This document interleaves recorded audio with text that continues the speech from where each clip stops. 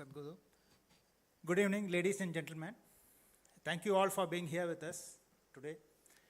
On behalf of the Economic Times, it's my pleasure to welcome everyone to the latest edition of ET Conversations, our initiative to create awareness with the economic, social, on sustainability. We all get embroiled in our immediate challenges, issues like the pandemic, the looming recession, the Ukraine war, the growing social unrest occupy the top of our mind. But there's a larger crisis looming ahead of us. The very sustainability of our planet for the future generations is at stake. While there's awareness on climate change, environmental degradation, and global warming, these only form a small part of the larger picture. The Save the Soil initiative being championed by Sadhguru, as we saw in the video just now, and Isha Foundation has brought the issue to light and shall have a profound impact on generations to come. It takes a spiritual master like Sadhguru. Sadhguru, I did hear the video yesterday also. But it takes a spiritual master like you to take us to the realm of a longer term sustainability of the soil, the very source of our nutrition, our survival. The UN data shows that the human damage to the soil is accelerating, with up to 40% now classified as degraded soil. Where are we going to find food to feed and sustain the 8.5 billion population forecast by 2030? The Economic Times has always spotlighted India Inc.'s most pressing challenges. Times of India, through its Evoke initiative, has created awareness around environment and sustainability. Today we are privileged to have Sadhguru himself, who is championing the cause of Save the Soil. Sadhguru is the founder of the Isha Foundation, has touched the lives of millions, actually I should say billions now, with the Save the Soil Foundation, Save the Soil initiative around the world over the transformational programs. Over the years, he has also launched several path-breaking initiatives like educational, health and community revitalization efforts like Rally for Rivers, Project Green Hands, Action for Rural Rejuvenation, and Kaveri Calling. Currently, the Mystic is on a 100-day, 30,000 kilometer solo motorcycle journey. Today, also he came in motorcycle, if any of you want to know. 27 countries to promote the soil conservation movement. The driving belief behind the initiative is soil is not a resource. It is the very source of our life. Arundhati Bhattacharya, the chairperson and CEO of Salesforce in India, and the first woman to be the chairperson of State Bank of India, has kindly consented to lead the discussions this evening. She is the chairperson of Swift India and sits on the Reliance Industry Board. On behalf of the Economic Times and the Times of India Group, we are privileged to welcome Sadhguru and Arundhati. I once again like to thank everyone present here on the confidence report in the Economic Times, the most read business daily in India, and also the fourth largest English newspaper. Thank you, and over to our distinguished speakers. Thank you.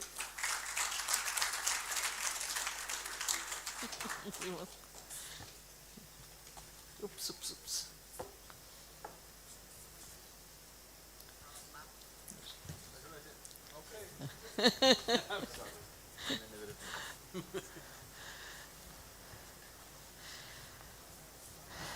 Namaste, good evening everybody, and thank you very much. And Sadhguru, my real respect and pranam to you for all that you have been doing. To just kick off the discussions for today, I think let's go to the primary basic question, which is, if you look at corporates around the world, if you look at individuals around the world, a lot of people talk about climate change, they talk about global warming, they talk about air quality, they talk about lack of drinking water, they talk about a lot of things. But nobody has really latched on to the concept of soil. So what led you to it, and why soil? Why do you think it's the primary cause for which you led such a huge movement? Namaskaram to everyone. Good evening. I've been talking about soil for 30 years now, and You need this? no, I have a beard now. Okay. It's all right. For the last 30 years I've been talking about soil, I've spoken to ministers, I've spoken to heads of state, I've spoken to various bureaucrats, responsible people in the society. Everybody says, Sadhguru, this is fantastic, we never knew, this is great, and they'll sleep on it. So, I've been wondering, what is it that takes for people to wake up, really? And as I speak to various agricultural ministries around the world, I found that everybody knows the problem. All the soil scientists know the problem, most agricultural ministries in the major nations know the problem, and they also know the general direction of the solution, where we should go. So I realized they know the problem, they know the solution, they're waiting for an idiot to bell the cat. So here I am. Because it's always the tradition in our country and everywhere to bell the cat, to do something dangerous, to do something that could make you like an idiot. You always choose a village idiot to do it. So I'm somebody who's got nothing to lose, I have no election to win, I have no money to make, I have no salary to receive from anybody. So I thought I could do what I want and what is needed, because you must understand, even in large conventions where the entire world sits together. Just in January, we had a large convention. Yes. I've spoken to many environment ministers who attended this convention for 2 weeks, and they said, Sadhguru, we were there for 2 weeks, we did not hear the word soil, why? I said, you must ask that question because I don't want to get into the politics of why, because I need those people also for Save Soil movement, so I'm not willing to divide those who have consciously avoided this. But you talked about water, air. There are many ways to put this into context, but considering the time, let me put it this way.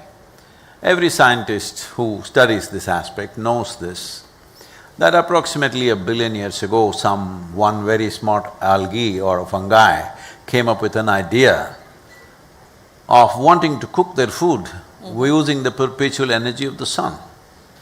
That phenomena today we call as photosynthesis. Before the phenomena of photosynthesis started, the atmospheric oxygen was a shade over 1%. Today it is 21%. This 21% oxygen is not only keeping us alive right now, helping us to breathe, it is the basis of our evolution. Complex life on this planet happened only as oxygen levels in the atmosphere went on increasing, and that is a consequence of photosynthesis. But in the last 1,000 years, we have removed 85% of the photosynthesis on the planet. What's our plan really? So how do I know this? What am I? Am I a soil scientist? Am I an environmentalist, ecologist? None of these. I'm like a worm on this planet. I live on this planet, I crawl on this planet. 6.5 decades I've been crawling around on this planet, feeling it. Isn't everybody doing it? No. They've built their own worlds in their head. I didn't build any of my own, so I live on this planet. Others live in their psychological spaces, they've built their own individual world. In your group, I'm sure it's fashionable to say corporate world. So you have a different world. I live on this world. I think it's time everybody lives on this world, because this is the only damn world we have to really live, if you want to live. So Sadhguru, I agree, that the basis of life, as you say, it's this world and this soil, this earth that we are talking about. In the Eastern philosophy, we talk about the Panchabhuta, and obviously the earth is very much part of that. So just talking about air and water doesn't cut it. Ultimately, it comes down to the soil. No, water and air are products of soil. Right. Without rich soil, none of these things will be available the way we know it. Right. And I think you said somewhere also as to the amount of water that can be retained in soil. Means it's besides the rivers and ponds and lakes, the mere capacity of soil to hold water. You talked about that somewhere as well, I think. See, the water, excess water should go into ponds and rivers, but the water should be generally in the soil. Soil should be moist always. Only then the microbial activity is at its full scale. When we say microbial activity, we are not talking about some creatures. We are talking about the source of our life. 60% of our bodies today are still microbes, only 40% is genetic material. 60% are microbes here, and the same is true with the soil. So what is happening in the soil? This 15 to 18 inches of topsoil is a magical material which has generated every other creature on this planet. Whatever you've seen as life, whether it's a worm or an insect or a bird or a tree or an animal or human beings, every one of them are a product of the life that is happening within 15 to 18 inches of topsoil. To create 1 inch of topsoil, it would take 600 to 800 years, that is if there was no human footprint. Today with the present level of human footprint, to create 1 inch of soil, it would take 13,000 years. But nearly 50% of the soil, topsoil, is gone. And which reminds me, Sadhguru, you know, of one of the experiences I had when I was in my earlier organization, and I was looking at some cane farmers. And these cane farmers, what they would do is, in the night, they would switch on the pumps and go to bed. And in the morning, they'd switch off the pumps. And in the meanwhile, the whole place would be flooded. So they were doing what is called flood irrigation. But as a result of it, much of the topsoil was getting drained out into the ponds, etc., along with the fertilizers and things. The ponds were silting up, the topsoil was eroding, and they were using more and more fertilizers. These fertilizers going into the ponds, in turn, were creating more weeds and things like that and silting it up. And therefore, the water, the capacity, the retention capacity of those water bodies was going down, the topsoil was going, and yet, you know, they had no understanding of what they were doing. And that is my question, that, you know, when we are talking about soil, you are creating this awareness all around. But if you look at the poor farmers today in India, they have these very small holdings and they want to maximize their production. So they use resources which they feel will give them better production because they need more income. So how is it that we are going to raise the awareness of such people who, you know, are really dependent on the soil and who feel that the only way of getting more out of it is using practices which are not really the right kind of practices? How do we bring about that awareness in all of them? When it comes to the farmer, preaching and teaching is of no use, because farm economy is so fragile. If you just touch it, it'll collapse. It's in that kind of condition. You've obviously heard about the suicides. People are disputing the numbers. Is it 300,000? Is it 250,000? We must be ashamed. Whether it's 250,000 or 300,000 is a big debate going on.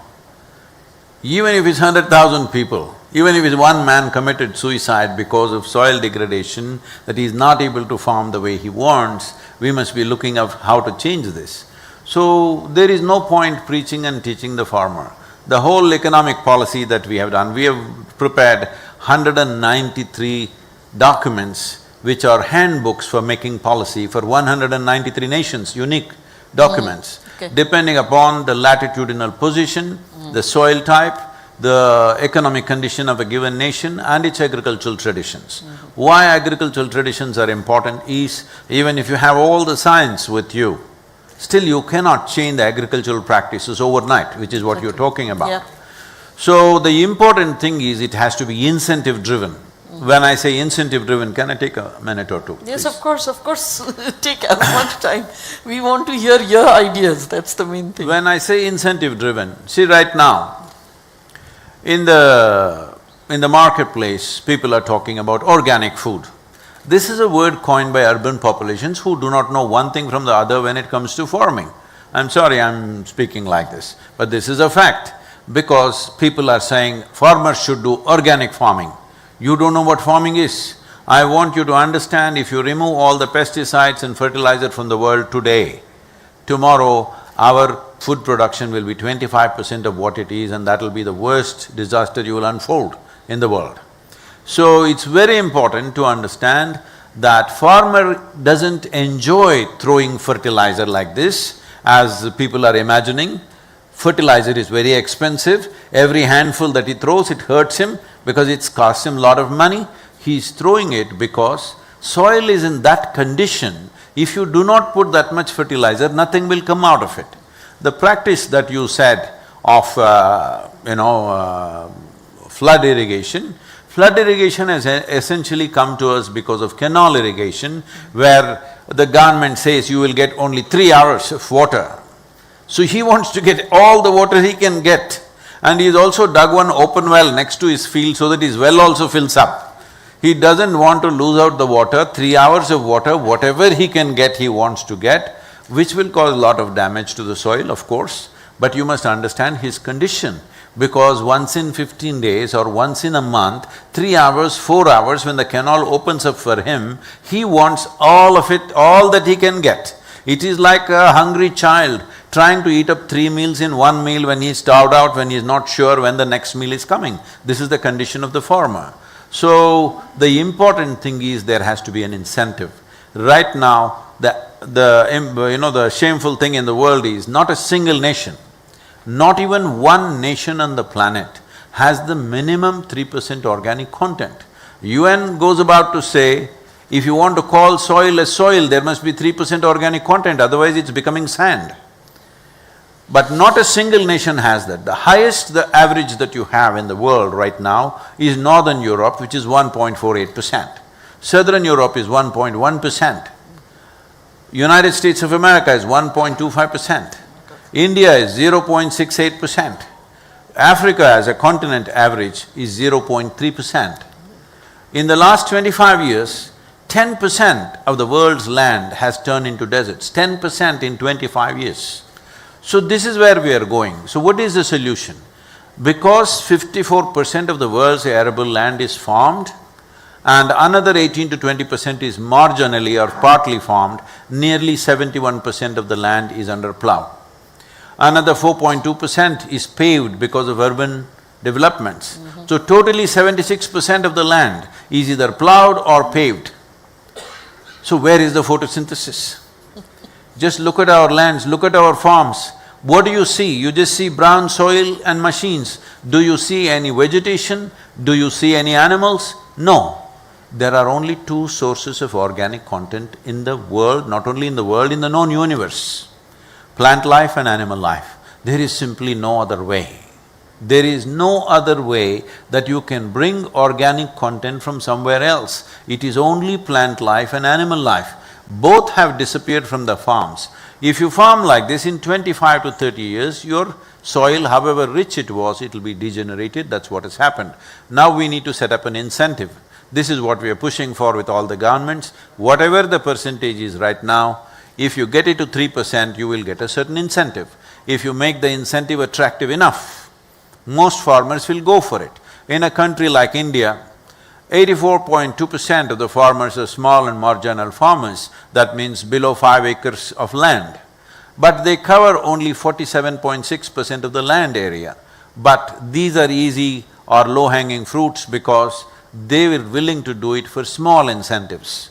Even a small incentive is a big incentive for him. So we could go that way. How the government makes its policy is left to that, but I'm just saying. One thing is the incentive to get them there. Next thing is in the hands of all of you, the corporate world in the world. Can I call you that? Corporate world in the world. So, there is something called as carbon credit market. Last 7 years we've been trying hard to get some kind of carbon credit benefits to our farmers. It's an impossible maze, just not able to get across. We have not had an inch of success because it looks like the whole thing is designed for industry. The same template is being imposed upon the farmer, there is no way we can get that. So we are pushing with the central government in India and also some of the world bodies that you must make the carbon credit scheme for the farmers very simple, not in the usual measurable way as it's with the industry. With the industry you can measure. With land, how much carbon dioxide it emits when it's in a certain condition, or methane it emits, or how much it sequesters. It is different from moment to moment or at least minute to minute. Early morning if you go there, when the sun is just coming up, it'll be one way. After 2 hours it'll be different way. If it's a humid day, it'll be one way. If it's a dry day, it'll be another way. Nobody can ever measure it exactly. But we can arrive at a common number that if somebody has minimum 3% organic content, he will get so much carbon credit because generally we know how much a certain type of land would sequester. So if you put up such a number, then for today there is discussion in the UN and also in the Economic Forum about fixing somewhere between $28 to $100 per acre. If that kind of benefit comes to the farmer, definitely the second level of incentive will work.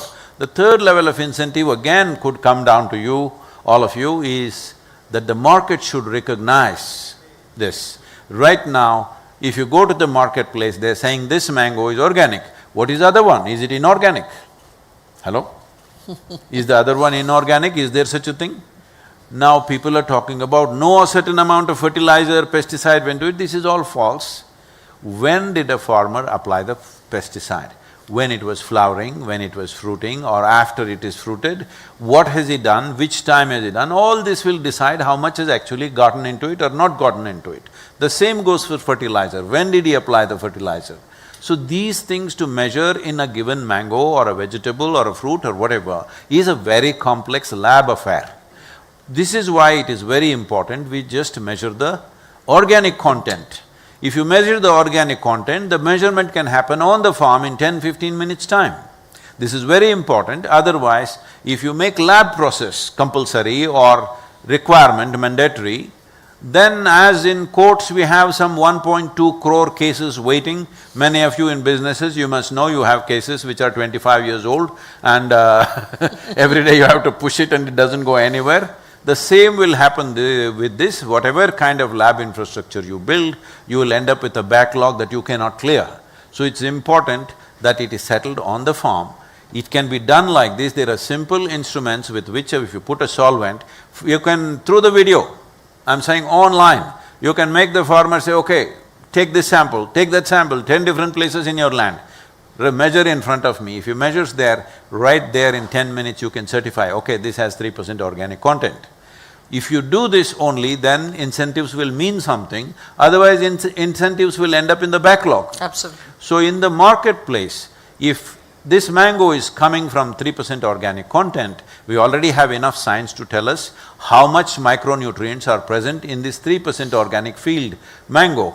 So what are the health benefits? What are the preventive health benefits? What are the benefits in terms of, lack of loss of man days? What is the benefit in terms of health and creativity of the human beings? And how the state will benefit by reducing the stress on the healthcare system. There are many things, all this data is there, we can put across all that. So if it is 3%, if it is 1%, you are paying, let's say 10 rupees. If it is 3% organic content farm, you're paying maybe 12 rupees or 15 rupees. If it is 6%, maybe you're paying 20 rupees. But instead of eating 6 or 12 mangoes, you can eat 1 mango and it fulfills your nourishment requirement. And one important thing that will happen is, once the micronutrient level is higher in the food, the volume of food that you feel like eating will come down significantly. Sadhguru, frankly speaking, it's a fantastic idea regarding carbon credit for farmers, something at least I had never thought of at all, because the idea of carbon credits itself is so complex, and to actually employ it like, the way you described it, it's almost like, the people who supply milk to the Amul depots. You come, put it in the machine, it ascertains the contents and it immediately credits the money into your account. So if something like that could work… I was in Banas, on the way I was in Banas where this is a super success. Probably this is one of the most successful cooperative movements in the world. The way the life in that desolate land has changed for people. This needs to happen everywhere. We are running FPOs in southern India, 23 FPOs, we're running. One of our FPO is been awarded as the best FPO in the country. And incomes have gone up. Yep. In the last 27 years, we have worked with about 1.3 lakh farmers. Incomes have gone up anywhere between 300 to 800%. Right. Because soil has to be rich, this is very important. And the important thing about soil is, nobody is in disagreement. Till now I have not met one person who says, no, it's not necessary. Whether it is oil industry, coal industry, automobile industry, whatever industry you're running, fertilizer industry, doesn't matter who. rich soil, is it good for you? Everybody says yes. So when you have such a thing, one important thing that I'm pushing for in the world bodies and also in the Indian government and the state governments is to address soil separately from other environmental concerns. If you mix it up with that, this will go into endless debate. Decades of debate has been happening, not moving anywhere, because always environmentalist means he is trying to hit some industry. This has become the norm. Go out on the street and scream against this person or that person and say, pull down this industry, shut down that industry.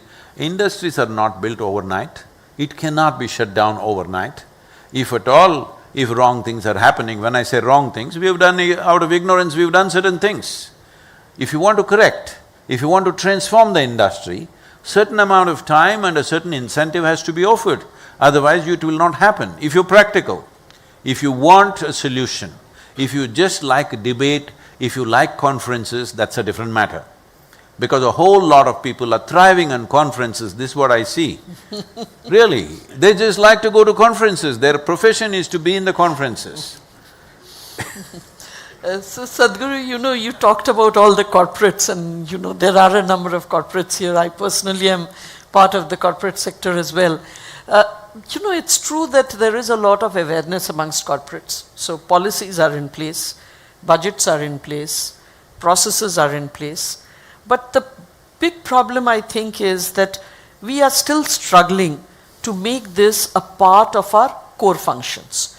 How do you ensure that this awareness of sustainability or whatever we are talking about in respect of helping the environment or ensuring that we have a better environment, how do you make it part of your core functions? I think that's where corporates struggle.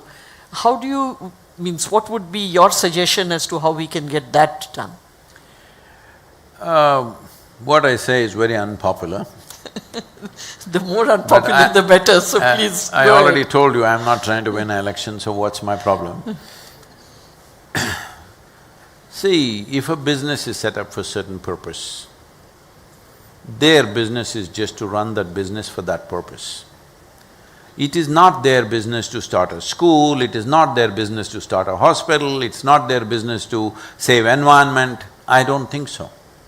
It is in the policy that it has to be done, that how businesses are done in this country without causing too much damage. That should be written into the policy. That means it's in the law book. Once it's in the law book, I think they will follow it. If they don't follow it, there will be a penalty. But it is not in the law and you say, why are you not building a hospital? India needs hospitals, India needs schools, why don't you build schools? Arey, schools, hospitals must be done into another kind of business. We are expecting somebody else to do. When I spoke even against the 2% corporate social responsibility, I say, when I start the business, you tell me 30% is tax. Then if I start making money, you say you must pay 2% more because you have another responsibility. If I make more money, you will make another 2% more. Stop doing this because this is not good for the nation's business. Once you set the conditions, don't change the goalpost, no matter what. You change the policy in such a way that it is not about taxation, it is about making a more creative business. The very way we structure the business has to be… This is the question you're asking, but I am saying that is not in the hands of the business. Individual business people may do it, but tomorrow if the conditions in their business get little harsh, they will roll it back. Hello? Yeah. Yes or no? You need to do that to survive, you just… That's what I'm that saying. point of time, survival is the main thing. In the business, there are various challenges of their own. Every business, every institution has their own challenges. People who are outside will not understand this. Those who are running the stuff, they know what all challenges they have. So don't tell them to do all the service on the planet. Let them run their damn business well and that is the service. As long as they are paying their taxes, don't ask them anything more. I am saying those other things must happen in the policy and if you want to raise taxes, it must be, whatever, once in 10 or 15 or 20 years when there is substantial time gap, then you, with consensus, you raise the tax if you wish, but I feel government will make much more money if it lowers the taxes than raises the taxes. Really. I'm sure, you know, a lot of the people over here should have actually clapped for that. They probably aren't because they don't know who's listening. I don't know. No, it doesn't matter who's listening because this is a democratic nation. If people don't express, then all the time… See, why are we approaching the nation like this? Well, there may be some past experiences. Rest is all just fear syndrome. Oh, they will do this, they will do that. It's not true. Here and there such things have happened. Sure. I'm not saying it's not happened. But rest is all just fear-mongering going on, oh, they're going to do this, they're going to do that. Nothing like that. Straightforward, if you say, see, if you tax me 10%, this is how much I pay because this is the kind of business I will do. If you make it 5%, I will, you know, multiply 10 times over because I am competitive in the rest of the world. True. And you will get this much money rather than that much money. I don't see why government will not come to its senses. It will. Sure. They have, in fact, reduced taxes, that's a fact. So let's see No, how I'm that saying works. in a country like and India… we have not done too badly in spite of No, the in a country reductions. like India with the level of disparity we have, Yes. we cannot eliminate taxes, we cannot go in that direction, True. not yet at least. That is accepted. But I'm saying, business is an agile process. Bureaucracy is a sedate process, all right? If it has to be agile, people in the policy also must be dynamic enough all the time. So right now, agriculture, if you want to see it as a business, we need to do some things quickly which has serious ecological concerns. Every business, no matter what kind of business you're running, it doesn't matter whether you're digging coal or you're running electronic stuff, it has an ecological impact. More or less is a question mark, that's all. Everybody, as we're breathing, we have an ecological impact on everything around us. So every one of us are partners in this destruction. The only way around is every one of us become partners in the solution. There's simply no other way. If we have to become partners in this solution, this particular aspect, why I'm focusing on agricultural soil? Because everybody, it's fashionable to talk about rainforests, because they've never seen one, most people. With rainforest, you don't have to do anything. If you stay out of it, it's fine. It doesn't need your management. It doesn't need environmentalists to go there and manage a rainforest. It has managed itself for 1,000,000 years. It will manage itself for another 1,000,000 years without our help. If you stay out, it's fine. But agricultural soil is that piece of geography where every day human hand is tending to it. But this is in a horrific condition, where not a single nation has the minimum organic content as an average. So if you can't fix that place where every day men and women are working upon it, you talking about rainforests and oceans is just a joke and it's just for conversational material. It is not looking for a solution. Sadhguru, you know the numbers that you gave regarding the organic content in the soil, obviously it's the poorer nations that have far less organic content from the numbers that you said. And you know, just looking at it from the other side, don't you think it's really unfair that, you know, these developed nations, which actually are far greater users per capita of resources and who have actually exploited a lot of the resources in order to get to that developed status without any thought of the environment at that point of time because the awareness wasn't there, that, you know, they are actually at a far better position than those nations which need to develop but which currently are most impacted. So, you know, in a way, don't you think that this is very unfair and that we need to do something about that as well? Because otherwise, you know, this problem about, you know, Now, while we are talking Arundhati, about… Yes. come on, you've been heading one of the biggest banks in the country and now you're part of Salesforce. Do you expect the world to be fair? No, I don't expect it to be fair, but shouldn't we strive for it to be fair? So life is not fair. I agree with you. Not only the world, life is not fair. Life is fair, But- world is not fair maybe. But the thing is, you know, but the burden of now ensuring sustainability or ensuring that our ecosystem is better, the bigger burden is falling on the poorer nations. Now, how is it that we can make the, you know, more developed world understand that at the end of the day it is one world? So something impacts us will impact them as well. It has to. And they are realizing that when, because of the Ukraine fight, they are not getting the wheat.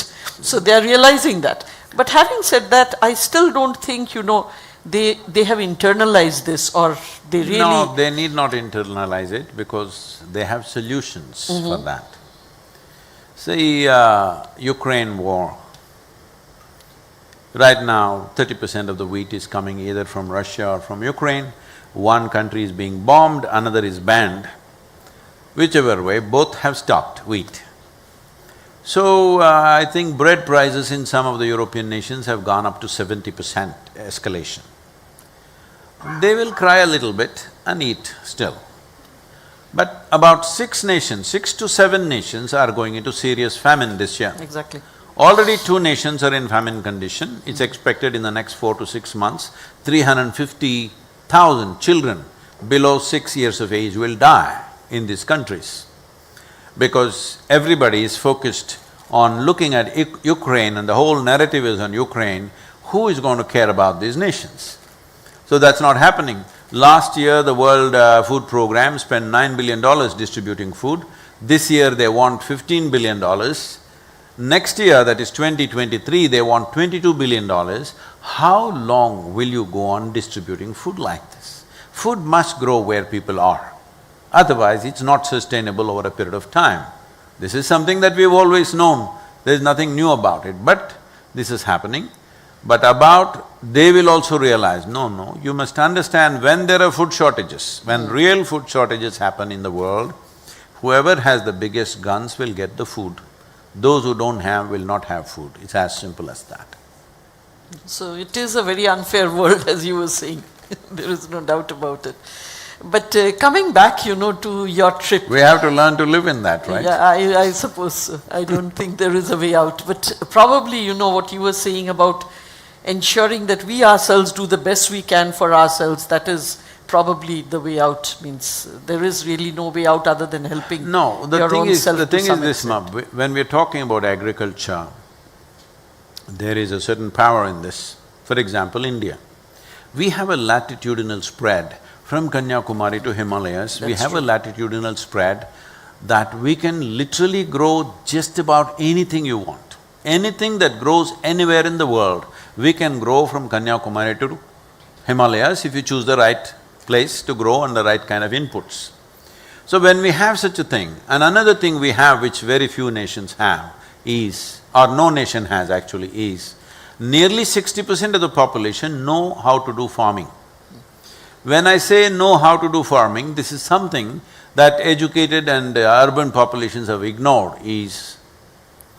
See, even you may be an MBA from the best university, I will give you 10 acres of land, fertile land, you grow me 5 different types of crops and show me, you will fail utterly. You may be an MSc in agriculture, you still can't grow, believe me. Because farmer has certain intrinsic knowledge which unfortunately we are not valuing because there is no degree to it, there is no PhD to it. But he knows things that others don't know. He knows intrinsically just by living there. So, when we have nearly 60% of population still in farming, we'll have to reduce it a little bit, but still that knowledge is there and we have a latitudinal spread like this, we can grow things in that quality and quantity if we raise the organic content in our lands as it used to be at one time. The whole world will want to eat our food because one thing that most people may not be aware of is, see, a handful of soil in a rich land has anywhere between 6 to 8 billion organisms. Especially in the Deccan Plateau and south of Deccan Plateau, the soil has… the number of species present is the highest in the world. We don't know for what reason, there is no scientific reason as to why this is so. A handful of soil can have 50 to 75,000 species present in one handful of soil.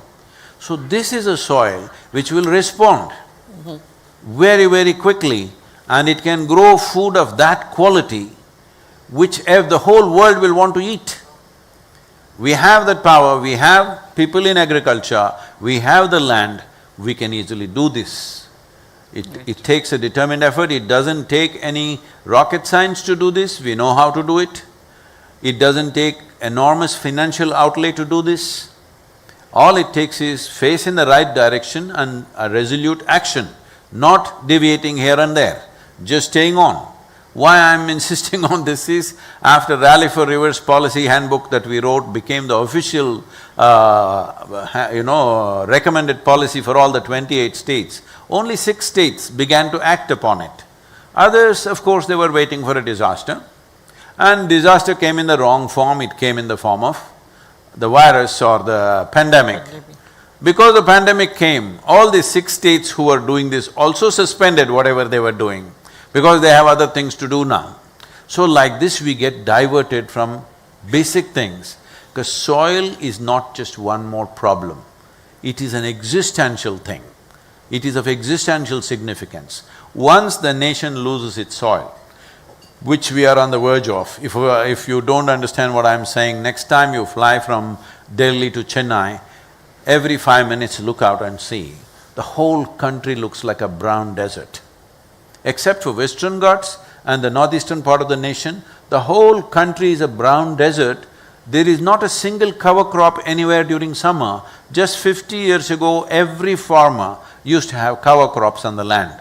Now there is no cover crop. If you plow the land and leave it open, these days the machines are plowing 12 to 15 inches deep. If you plow it and leave it open, this is murder of the soil. The simple thing is, you're all in industry, I don't know what all types of industries. We have to rapidly bring in robotics into agriculture, because right now we are using massive machines which just rip off everything. If you leave robotic machines, they will do action in a specific way, doctoring the soil the way it needs to be done. Only if we do this, we can keep the soil the way we want and still feed not only 1.3 billion people, we can feed another 2 to 3 billion people on the planet. We have that much soil strength and that much agricultural knowledge, because we have over 12,000 years of agricultural history in southern India. But 12,000 years we managed our soil in a fertile condition, but in last 45 years, we're kind of turning it into a desert. So, a lot of things to think about. So, in order to change that particular strain of thought, let's go to your trip. You know, I'm sure we are going to get a fantastic book out of it. So, we'll look forward to it. But just as a preview of that, could you share with us 3 things during the trip that surprised you, 3 things that disappointed you, and 3 things that elated you? So if you could… What's your next profession? You being a journalist or something? No, not at all. Don't tell me you're going to run Economic Times after Oh this. no, not at all. I'm sure they're never going to call me again if you say that. This is the last time. Well, I don't know how to say 3 things. Anyway, one thing, you can choose, something that surprised you, something that disappointed you, and something that you really felt elated about. I stay always elated. I know that, This yes, is my problem. I know that. I'm always elated no matter what's happening around me. So elated plus, I should say, maybe. So, there have been challenges in terms of weather. Well, 2 wheels and snow doesn't go well together. It could become very dangerous on the road. More than anything, the most dangerous thing has been the winds. Sometimes winds were gusting around 65 knots. Wow. So literally my front wheel was just lifting up like it's a balloon. It's just going up like that. So, there were many dangerous moments, and also in Arabia, there were continuous dust storms blowing at maybe 30 knots like that. I was riding a much lighter motorcycle in Arabia because there was a little off-roading to do, all that, and because, the temperatures on the road were over 54 degrees centigrade. Literally my bones were melting out, and all the teams were exhausted, they're all falling apart. Because of this, they're just keeping on because I'm keeping on. There are many moments which are super dangerous. But I did this because, as I said, I've been speaking for 30 years and people have been sleeping on it. I don't hold any position of authority, I'm not a minister, I'm not even a CEO or anything. The only thing I have is the love and goodwill of people. So I thought I will play with that a little bit.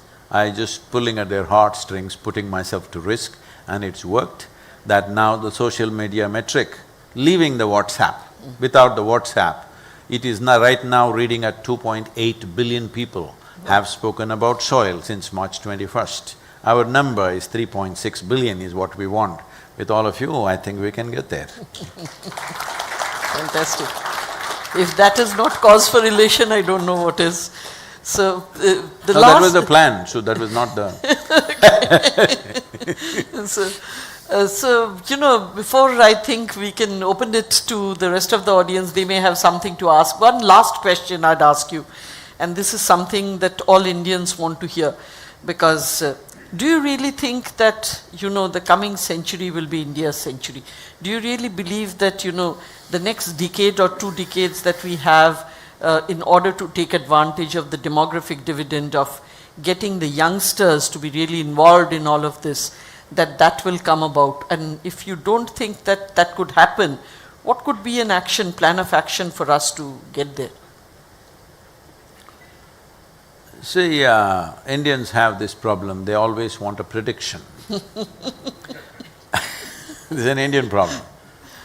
No, we must stop going for predictions and start evolving plans that we can execute. Those who are incapable of making a plan and executing it always look for predictions, they're looking for the positions of the star, not knowing most of the stars that you're looking at don't even exist, they're gone long time ago. So, this prediction business we must leave. Is this going to be our century? Well, there are certain potentials in the country if we can harness that. Yes, as you already mentioned, one is the demographic dividend. I think we are overly exaggerating this, in my opinion, because you are looking at the numbers only in the newspapers, that this is the number of youth that we have. But you have not gone around the country and seen the condition of the youth, both physically, mentally, in terms of education and other capabilities, where they are. You can easily discount 50% of being able to do anything worthwhile, really. I'm not being pessimistic. But even with the 50%, if we educate, if we have an educated, inspired and focused population of 1 billion people, we will be the greatest miracle on the planet, definitely. Okay. If we do that, if we leave them uneducated, unfocused, uninspired, oh, we will be the greatest disaster on the planet. So, which one will we do is in our hands. This is not subject to predictions, this is subject to our commitment, our conviction of how far we will go, each one of us, and what are the actions we are willing to do, what are the comfort zones we are willing to cross and do what we have to do. Well, as a generation of people, when there is a possibility, I think we should push for the full possibility. And for all this, I'm not just being adamant about this, for all this, the important thing is there must be food security in the country. If 3 days, Right. in this Mumbai city, I want you to just visualize, for 3 days, if 40% of the people have not had anything to eat, do you believe you will go to your work? Hello? The civilization will collapse just like that in 3 days' time. It might have taken 1,000 years to build it, but in 3 days it'll collapse once there are food shortages. So we should never go in that direction. This is not new to us. Just 2 generations ago, we had severe famines in this country. 1942 famine took 3.2 million people. But we have such a short memory, for 60, 70 years we ate well and we completely forgotten. We think everything is fine. we are dreaming how to dominate the 21st century. We must ensure the food security for the population. This is most important. Without that one thing, none of our plans will succeed. Yeah, so we have, I think, about 15 minutes or so. So if there are any questions, yeah. Probably, you know, this mic, yeah, if you have a mic, please. My namaskars. I wanted to know what we can do as corporates. In the last 20 years, we've put up 2 forests, one in Vikhroli, Mumbai of 25 acres with 40 feet trees, maybe in lakhs numbers. And we took another one near Khandala, which we have built also a forest. And now we have taken 50 acres of land in Alibag to make a forest. We're trying to do that. My question is, when you say save the soil from the corporate's point of view, what is your recommend specifically to the corporates? We are doing this. Do you suggest anything particular about it? Or do you suggest something else that you think we as corporates can do? Can I speak, sir, honestly? Can I frankly tell you what I… Please. Okay, please.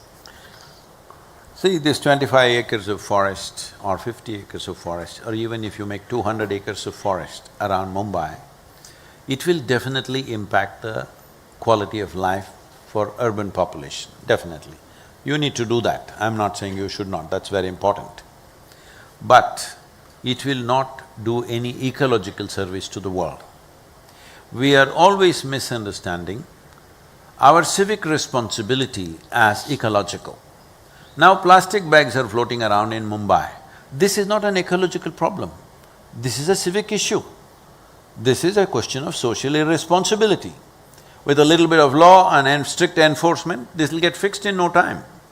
But we are trying to project that as an ecological issue. It is an ecological issue at another level, plastics, that's different. But these are all civic issues. There is not enough green cover in the city, in the urban area. This is a civic issue. If we want to live in a reasonably pleasant atmosphere, every road should be lined with trees. This is something all of us understand, but we have not done. Even now it can be done, in spite of all the development, it can be done. For this, public transport has to increase, the number of vehicles have to come down on the road. All these things have to happen, it's all coordinated effort. For Mumbai development, you can do those things. If you want, I'll sit with you one day for that, how to do this urban thing. Because right now, we have made these cities, these are all old cities, did not happen in a planned way. In the morning you see, or also in the evening, traffic is busy on both sides of the road. What does this mean? People who live there work here, people who live here work there. What is the point of this? We're just doing it all wrong. Most people need not get into a car every day. We can build a city like that. Oh, can we do it now? Yes, even now it can be done. Maybe not for everybody. If you do it for 50% of the population, your requirement of the road and how much space you need for walking, how much space for trees, all these dynamics will change dramatically. It can be done, you're in the business, building business. I will sit with you and talk about plans that I have. I proposed this to Karnataka government, now to the UP government. They're all looking at it, but nobody acts upon it. There are a variety of things, but I feel corporates can act upon it, businesses can do this. I have proposed a proposal called one building city. I insist on calling it a city, a single building. Let's say you move out, if you move probably 50 kilometers, the land price could be 10% of what it is here, am I correct? At least? 25. Okay. You go a little further where it's 10%. If you have 50 acres, you build 1 acre, anyway you have 2 FSI, you can bring 100 floors if you want, anywhere between 50 to 100 floors. Remaining 49 acres, you turn it into forest because you like that and people need it, it's very important. Residences, offices, a small school, theatre, little shopping, everything is right there. For 6 days in a week, you don't have to step out of your building. If you step out, you're in a forest. If you want to use it for a little bit of organic farming that you're advising the farmers, 10-15 acres you can do that kind of farming. Instead of simply sitting in the car and driving for 2 hours, 3 hours a day, you could do something else. Most important thing is, today our cities are like this, especially in India. Mumbai, Bangalore, anywhere you see, children step out of their home, they're straight on the street. This situation of a child cannot freely run, can't climb a tree, can't fall where he wants, can't lie down where he feels like. This you will pay the price. In another 15 to 20 years, you will see the amount of psychologically disturbed people will rise in a significant way, because up to 12 years of age, if you have not done those things, it will act. We will pay back. It will happen to us. So it's very important, if a child steps out, there's an open space where he can run and do whatever the hell he wants. If he breaks his bone falling off a tree, it is okay. If he broke nothing because he's afraid of stepping on the street, that is not a good way for a child to live. So we will have serious psychological issues in cities simply because children have not known what it means to be carefree, what it means to labor their heart in such a way that you almost felt like dying, all right? This needs to happen. Otherwise, neither physiologically nor psychologically will you be healthy, nor will you have any strength of life. Right now you see, people are asking me during the pandemic, Sadhguru, were you cloistered in the ashram? No, I was traveling all over the world. Only thing is, I switched to the motorcycle because they said keep social distance, so it's a simple way to keep social distance. If you ride fast enough, nobody's with you. So, I'm saying, but till now, I'm not saying I'm some kind of a superhuman being, I'm saying this is possible for every human being. I have not… the virus has ignored me somehow. People, whatever you tell them, they'll come and fall all over me, they will speak straight in my face, they will breathe over me, all this. But virus is not interested in me for some reason, okay? I'm saying, anyway the scientists are telling you, even if you allow the pandemic to run free, it will kill only 20% of the population. Not that we can allow 20% of the population to die, that's not the point. I'm saying, why isn't the other 80% being affected? Shouldn't the 100% of population become like that? Hello? Should we not do that? For this you need strength of life. That comes only by your connection with nature, being with various things, because life on this planet is not happening exclusively. It's a phenomena.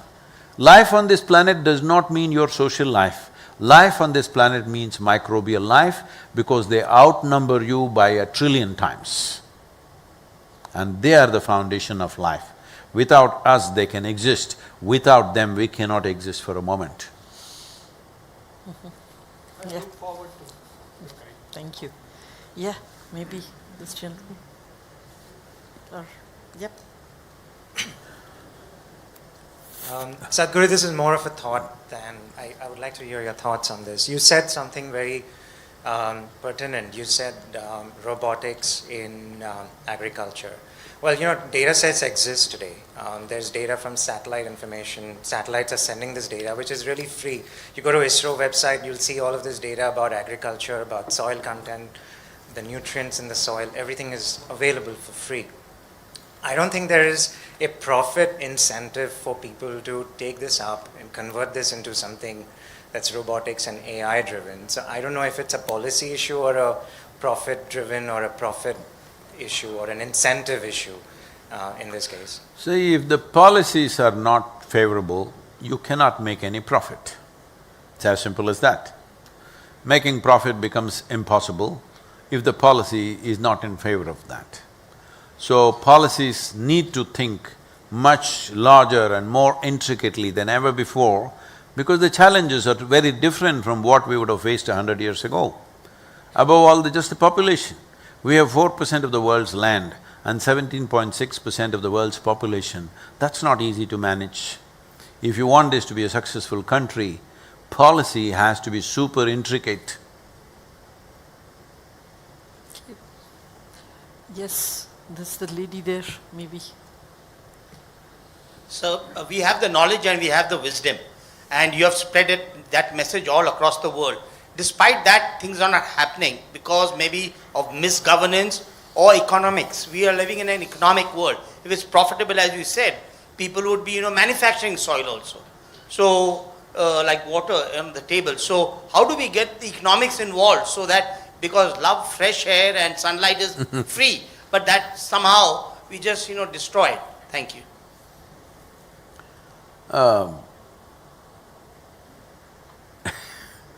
Can I tell you a story, sir? Yes. This happened in 2060. A few scientists sought appointment with God. They got it. They went there and they told him, "Hey old man, you've done pretty well with creation. But everything that you can do, we can also do today. So it's time you retire." Are people telling you this? No.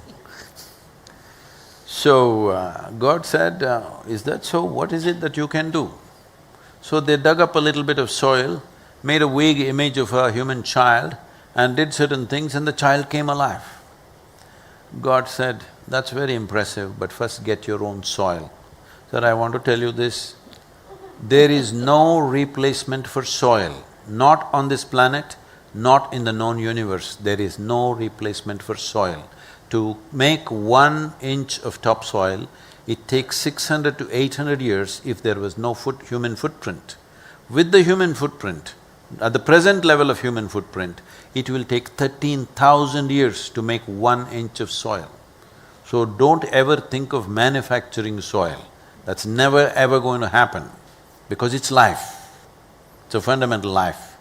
Apart from that, are the policies in the way? Right now, I'm saying the same thing, I'm sorry, I'm repeating myself. We're addressing agricultural soil because that involves our nourishment, our economics, our survival, many things. Forests are there, we must leave forests alone. We've come to a point, the meager amount of forest that we have. First thing is we must get rid of this term forest produce from our vocabulary. This is what we have done in the southern India with some policy changes and everything. It's taken years to get these things done. Today, most farmers are growing trees along with their crops, which has made it extremely profitable for them. Their incomes have gone up significantly. Every 12 years, when they make a partial clearing of this timber that's grown, they're getting as much money as they would get if they sold their land.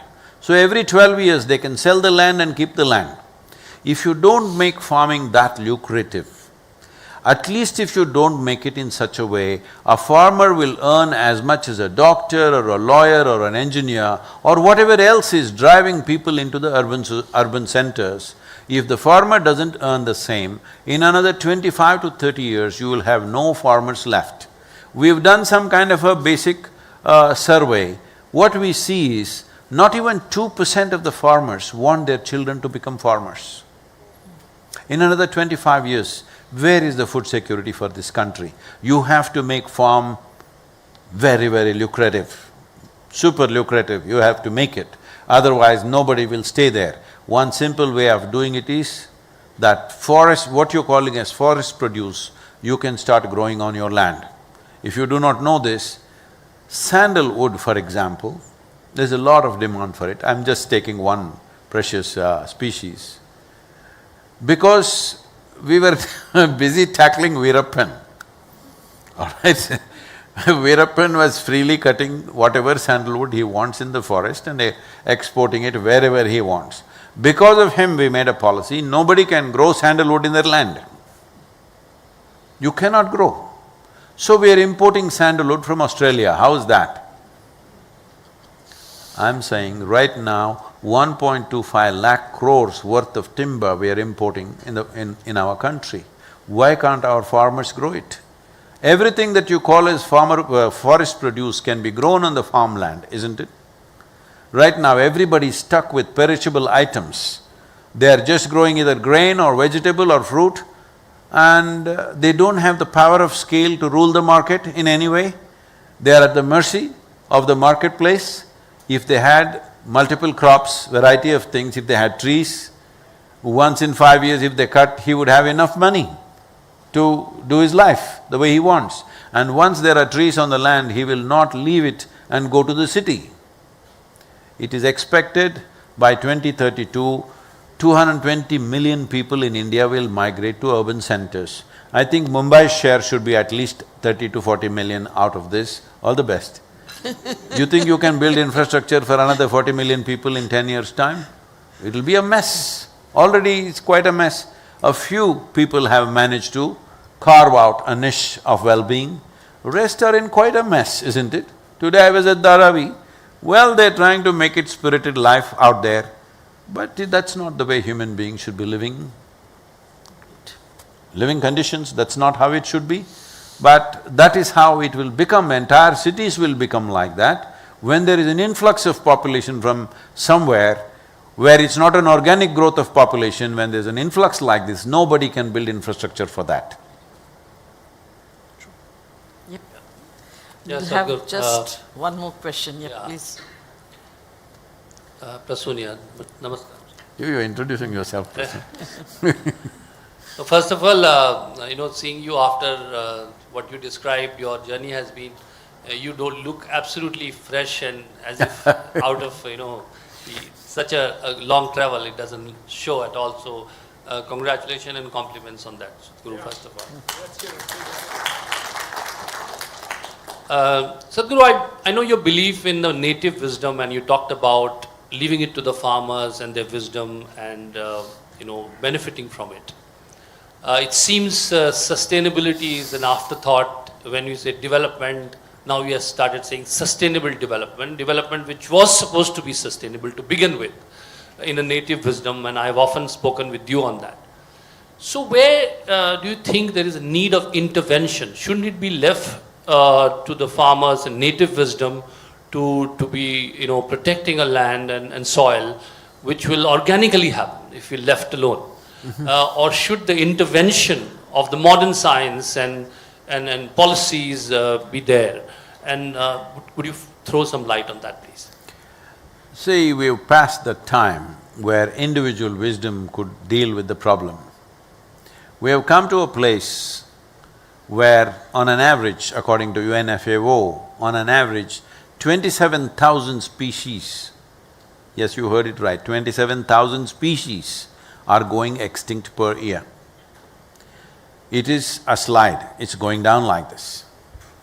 If you allow this to continue, probably somewhere, nobody knows exactly, somewhere between 25 to 40 years from now, what is sliding right now will go into a tumble. Once it goes into a tumble, there is really nothing we can do.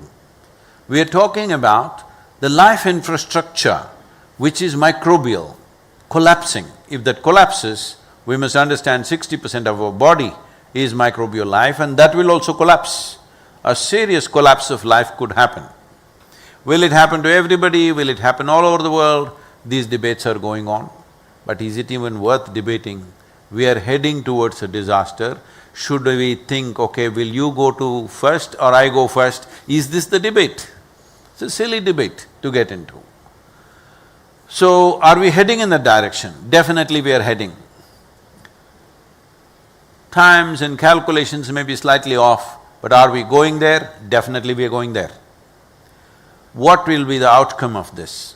It is predicted by 2035 there will be dozens of civil wars in the world. This is what the World Food Programme says. By 2045 we'll have 40% less food than what we need, because our populations will be 9.2 billion people and we'll be producing 40% less, which means whole world order will go into chaos. And 2045 is not too far away. It's not another century or another millennia. No, it's right here. Many of you may live long enough to see 2045. So, can we leave this to individual wisdom, whether native or otherwise? No, you cannot. We definitely need a policy. The policy is incentive. How one revives is left to them. We produce these handbooks where technically what are all the things you can do. There are 100 different ways of fixing it. There is not one way. Each farmer can do it in his own way, or knowledge can be disseminated, how many ways you can do it. Traditional wisdom is there, but traditional wisdom is largely gone in the last 1-2 generations. Why I'm saying this is, we must understand, when 1947 we became an independent nation, we were in the fear of famine. Openly, some of the British politicians at that time predicted, you just watch this country, it will go into chaos, it will go into famines, they will kill themselves. This is the end of India because we know what kind of confusion this damn country is. I'm paraphrasing, but they've spoken something as harsh or harsher than what I'm saying. They openly said it because they thought this country cannot go anywhere, they're going to fight among each other and they will go into famines and they will die in a horrible way. But we have disproved that, we've turned this around, we created what is called as Green Revolution. What Green Revolution was born from the fear of famines. So these are emergency steps that we took. It was a bridge to cross that problem. If you get onto your bridge, you're all very proud of your ceiling kai, I believe. Only one bridge in Mumbai. What? You must be building 100 bridges. So, if you get onto your bridge, somewhere you have to get down. If you stay on the bridge for too long, that means you're on a bridge to nowhere. This is our position. We climbed a bridge, did it help? Definitely. Many of us are alive today because of Green Revolution. A generation of people have eaten well because of Green Revolution. But in the process, we also damaged our soil seriously. This is not only because of Green Revolution, many other policy mistakes were made. I don't want to get into those policies or the politics behind that, leave that. We have done what we have done.